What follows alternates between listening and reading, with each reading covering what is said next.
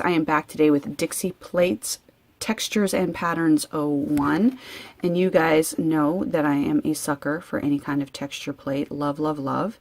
And the reason for that is because they are so versatile and there's so much that you can do. I think that a plate like this, every stamper should have a texture plate, especially if you're a beginner. I think that these are actually pretty good plates to start with, or even if you're only going to get 2 plates, get one like this, because you can do cute manis with, you know, it's like a single pass. How cute would that be? You could do this like in red over white, and you've got something that looks kind of like a check pattern. But then once you get more advanced in your stamping, you can use these as backgrounds for other images. So like this can become confetti for party, and you could stamp party balloons over it. So this kind of plate is the kind of plate that grows with you. So as a beginner, you can do cute things with it super easy, and then as you get more advanced and you're combining images and that kind of stuff, you can get a lot more use out of it that way. So it's the plate, the kind of plate that keeps on giving. So for example, for me, obviously I see this, it's Halloween right now when I'm doing this, so I see blood spatter, but you could have this, you know, spatter across different nails in different colors and a rainbow effect. You could do gradient stamping over it and get a really cool gradient stamped effect on that. Background over just about anything. Like if you put hearts over this in Valentine's Day, stamp this in pink, your hearts in red, that's really, really super cute. Fingerprint, obviously any kind of like mystery theme, you could use this as texture over a different kind of image and it would look adorable. This is like a broken basket pattern, so you could do this over, you know, under vintage images. You could do this as like an Easter basket, same kind of similar thing with that for a different kind of Easter feel. I already talked about confetti here. I would love to see this with a gradient of colors. I think this is really kind of sophisticated and modern arty as it is, but that would be perfect texture under just about any kind of image that you wanted to stamp over it. To me, this looks like off-road tread, so you could do this with dirt bikes, really kind of an outdoorsy feel.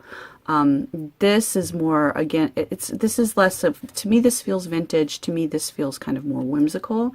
So you could do it with, you know, you could do it with cute animals, you could do it with a ton of different things. You could do this, I think this would look cute under Halloween images, I think it would look cute under Christmas images. You could do it with, you know, fun little animals, all kinds of fun stuff here.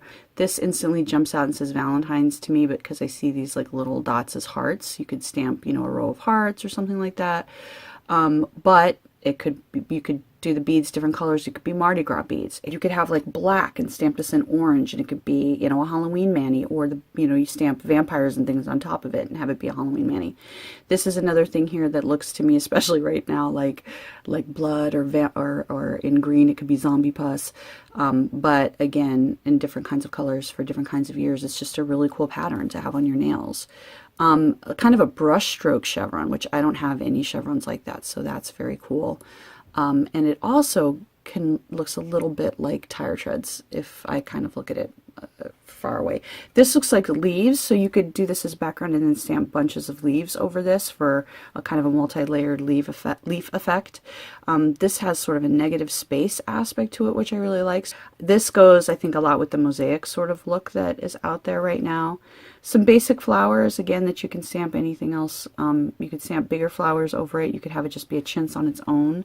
And then a couple of like brocadey sort of things. This has a fleur-de-lis effect on it. And then another kind of like, not quite brocade, but you know, that sort of type of look. And then of course dots, you can put under anything, over anything. You can put down a layer of dots and then sponge some color over it, like the dots are disappearing. And as always, it's always fun to have a geometric. And Dixie plate images are 2.1 centimeters there wide and 2.5 centimeters tall. All right, let's go do some looks.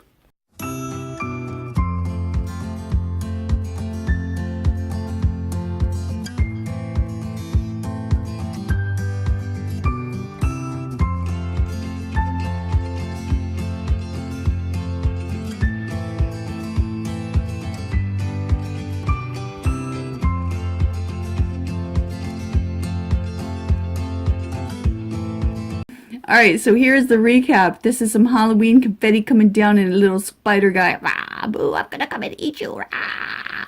I don't know what just happened there, but here is like a Valentine look with some pinks on pinks. How cute would that be? You could even add a few extra big hearts in there if you wanted to. You don't have to. It's still cute either way. And then I just wanted to show how much this looks like leaves when you stamp it. I think this is gorgeous with the green on the green. Adorable.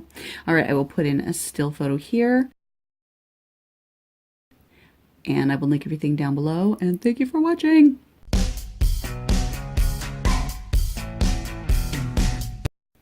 Where's Mama's ruler, Neil? What did Mama do with it? Uh-oh, let's pause. All right, so be nice.